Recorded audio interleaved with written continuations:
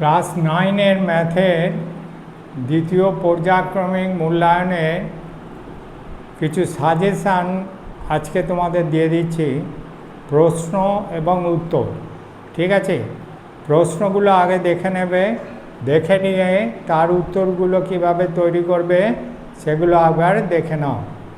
একের দাগের একের প্রশ্নটা যেরকম দেওয়া আছে তাতে উত্তরটা কিভাবে করা হবে দেখো।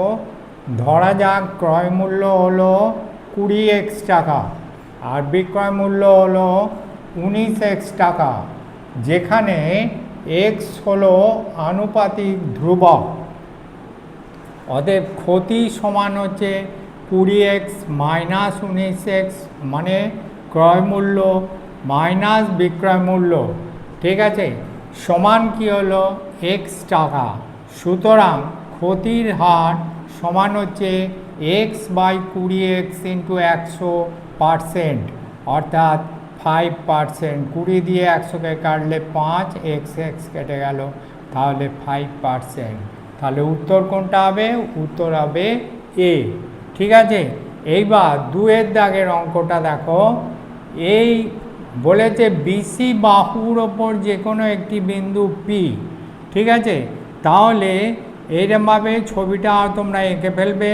এই ছবিটা আঁকার পর দেখা যাচ্ছে যে এ বি পি একটা ত্রিভুজ এবং হচ্ছে ডিপি সি আর একটা ত্রিভুজ, দুটো ত্রিভুজ উৎপন্ন হয়েছে। এই দুটো ত্রিভুজের ভূমি হচ্ছে দেখো একই সরলরেখায় অবস্থিত, একই সরলরেখায় অবস্থিত ভূমি। তাহলে এবং ত্রিভুজদ্বয় একই সমান্তরাল সরলরেখা যুগলের মধ্যে অবস্থিত। বিসি এবং এডি সমান্তরাল সরলরেখা যুগলের মধ্যে অবস্থিত। সুতরাং এটা কি হবে? ত্রিভুজদ্বয়ের ভূমিদ্বয়ের অনুপাত, এই যে ভূমিদ্বয়ের অনুপাত তাদের ক্ষেত্রফলের অনুপাতে সমান হবে। ঠিক আছে, তাহলে এখানেও হলো পিসি আর বিসি, এরা হলো দুটো ভূমি দুটো ত্রিভুজের, আর এরা হচ্ছে বিসি এবং এডি ওর মধ্যে অবস্থিত, সমান্তরাল সরলরেখা যুগলের মধ্যে অবস্থিত। তাই এদের ত্রিভুজদ্বয়ের ভূমিদ্বয়ের অনুপাত আর এদের ক্ষেত্রফলের অনুপাতে সমান, অর্থাৎ বিপি ইজ টু পিসি সমান হচ্ছে 15:25, সমান হলো 3:5। উত্তর হবে সি। ঠিক আছে, এইবার 3-এর দাগেরটা দেখো। 3-এর দাগেরটা বলেছে যে অন্তর ব্যাসার্ধ ধরি এক্স, এই যে অন্তর ব্যাসার্ধটা ধরি এক্স আর বলয়টা আছে 5 সেমি, তাহলে বহির ব্যাসার্ধ হবে এক্স প্লাস 5 সেমি। বহির ব্যাসার্ধ কত হবে? X plus 5 semi. তাহলে বহির ব্যাসার্ধ ও অন্তর ব্যাসার্ধের দৈর্ঘ্যের অন্তর কত হবে? অন্তর হবে এক্স প্লাস 5 মাইনাস এক্স, সমান হলো কি 5 সেমি। তাহলে উত্তর কোনটা হবে? উত্তর হবে বি। ঠিক আছে, এইবার 4-এর দাগের প্রশ্নটা একটু দেখে নাও। প্রশ্নানুসারে root over a square plus B square মানে এ স্কয়ার প্লাস 5 স্কয়ার সমান হলো 7।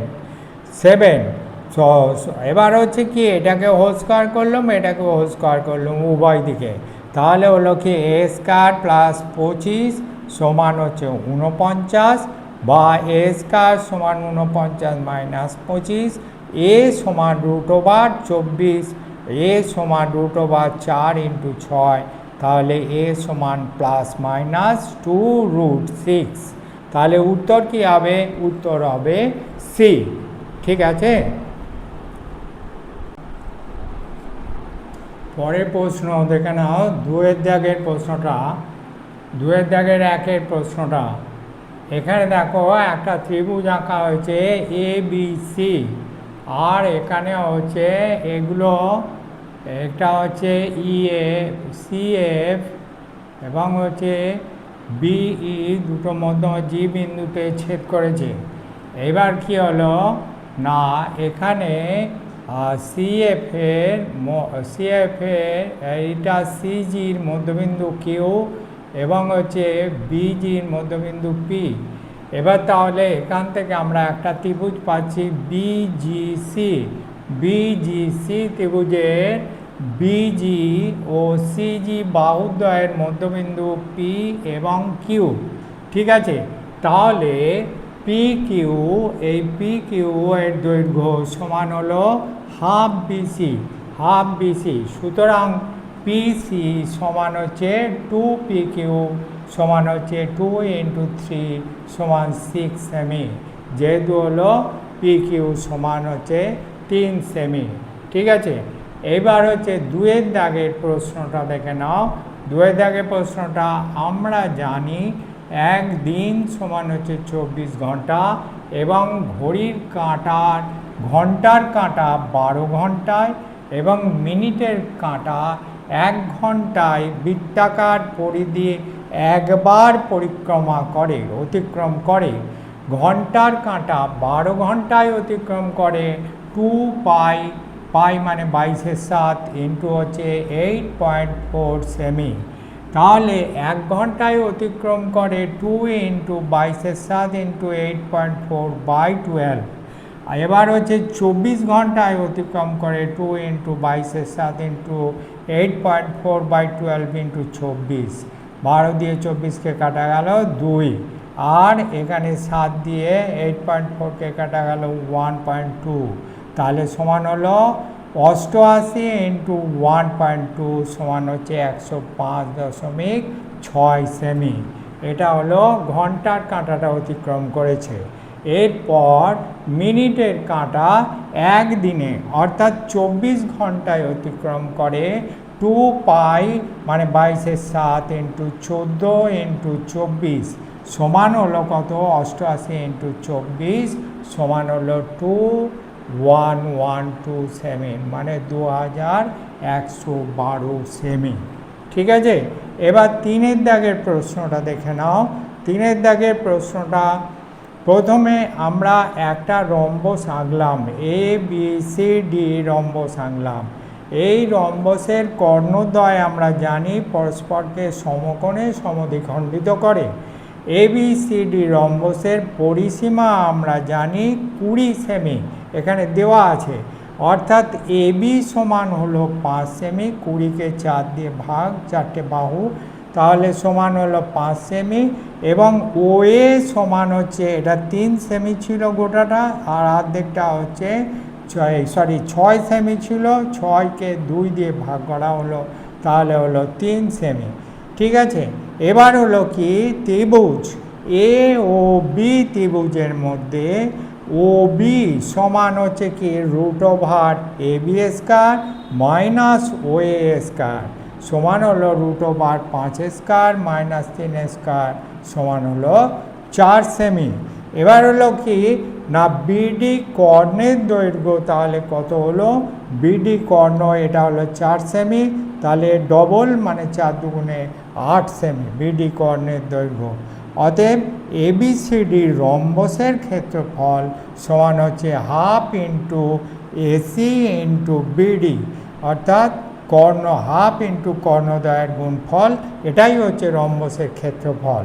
সমান হলো হাফ ইন্টু 6 ইন্টু 8, কাটাকাটি গেল 4 দুগুণে 8, 4 6 24 বর্গ সেমি। ঠিক আছে, এর পরের অঙ্কটা পরে দেখাচ্ছি। এবার 5-এর অঙ্কটা একটু দেখে নাও। 5-এর অঙ্কটা, শ্রেণীটির নিম্ন সীমা সমান হলো 42 - 10/2 42 মাইনাস 5 সমান হলো 37, আর শ্রেণীটির উচ্চসীমা সমান হচ্ছে 42 প্লাস 10/2 সমান হচ্ছে 42 প্লাস 5 সমান হচ্ছে 47। ঠিক আছে।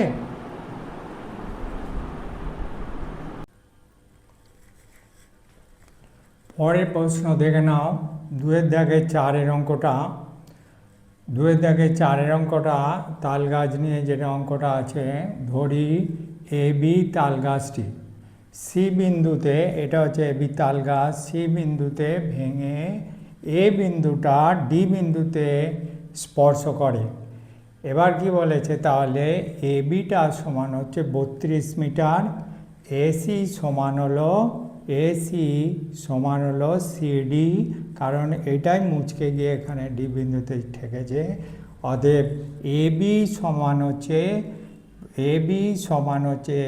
BC plus AC, AC plus CB সমান হলো সিডি প্লাস হচ্ছে সিডি প্লাস সিবি। তাহলে ধরি সিবি সমান হচ্ছে এক্স মিটার, তাহলে এসি সমান হচ্ছে সিডি সমান হচ্ছে 32 মাইনাস এক্স মিটার। ঠিক আছে। এবার সমকোণী ত্রিভুজের ক্ষেত্রে এখানে দেখা গেল, তাহলে সিবি সমান, এটা আরেকবার বলি, ধরি সিবি সমান হচ্ছে, এই যে সিবিটা সমান হচ্ছে এক্স মিটার ধরা হয়েছে, তাহলে আমরা এখান থেকে পেয়েছি এ বি গোটাটা সমান হচ্ছে এসি প্লাস সিবি। ঠিক আছে। তাহলে অর্থাৎ এসির জায়গা আমরা লিখলাম সিডি প্লাস হচ্ছে সিবি।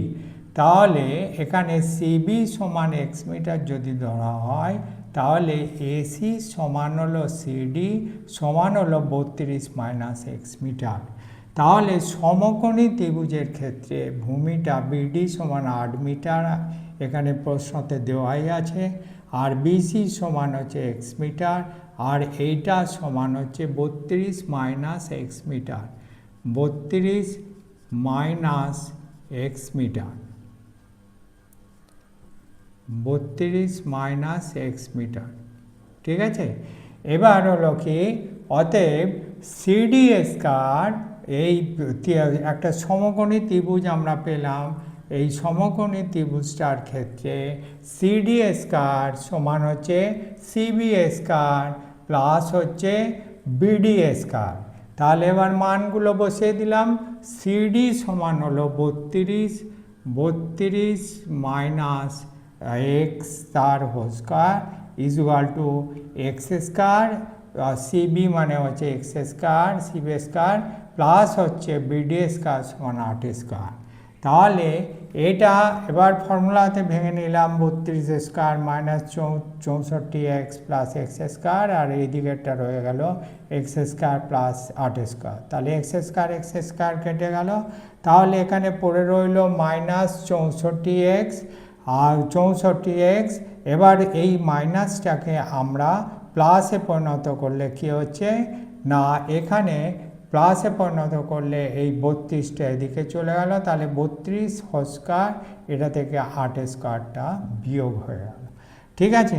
এবার সমান হলো কি, 64 এক্স সমান হলো 32, এটা হচ্ছে এ স্কয়ার মাইনাস বি স্কয়ারের ফর্মুলা, এখান থেকে ফর্মুলাটা লিখে দিচ্ছি, a square plus minus b স্কয়ারের ফর্মুলা সমান হচ্ছে a plus b into a minus b, এইটাই বসানো হয়েছে।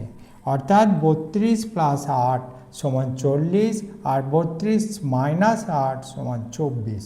তাহলে 64 এক্স সমান 40 ইন্টু 24, আর এক্স সমান হচ্ছে 40 ইন্টু 24 বাই 64, কাটাকাটি গেল সমান 15 মিটার, 15 মিটার। ঠিক আছে। তাহলে ভূমি থেকে 15 মিটার উপরে ভেঙে গিয়েছিল। ঠিক আছে।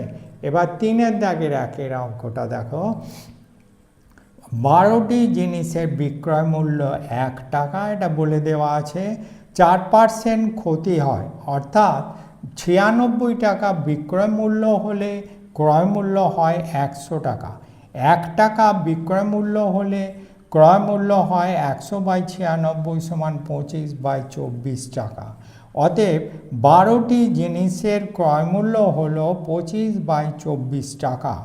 এখন 44% লাভে 12টি জিনিসের বিক্রয় মূল্য কত হবে সেটা বার করতে হবে। 25/24 প্লাস 25/24 ইন্টু 44/100, 44/100। এবার কাটাকাটি গেল, 25 দিয়ে 100কে কাটলে 4, 4কে 44 দিয়ে কাটলে 11, তাহলে 11/24। তাহলে এখানে আগে ছিল 25/24 আর প্লাস 11/24 সমান 36/24 সমান কাটাকাটি গেল 3/2 টাকা। তাহলে সুতরাং 44% লাভের ক্ষেত্রে 44% লাভের ক্ষেত্রে 3/2 টাকা 3/2 টাকা বিক্রয় মূল্য হয় 12টি জিনিসের। 1 টাকা বিক্রয় মূল্য হয় 12 ইন্টু 2/3 সমান হচ্ছে, এটা উল্টে যাবে, 2/3 হবে সমান 8টি জিনিসের। অতএব টাকায় 8টি জিনিস বিক্রি করলে 44% লাভ হবে। ঠিক আছে, আজ এই পর্যন্তই। আমার চ্যানেল যদি ভালো লেগে থাকে অবশ্যই সাবস্ক্রাইব করবে।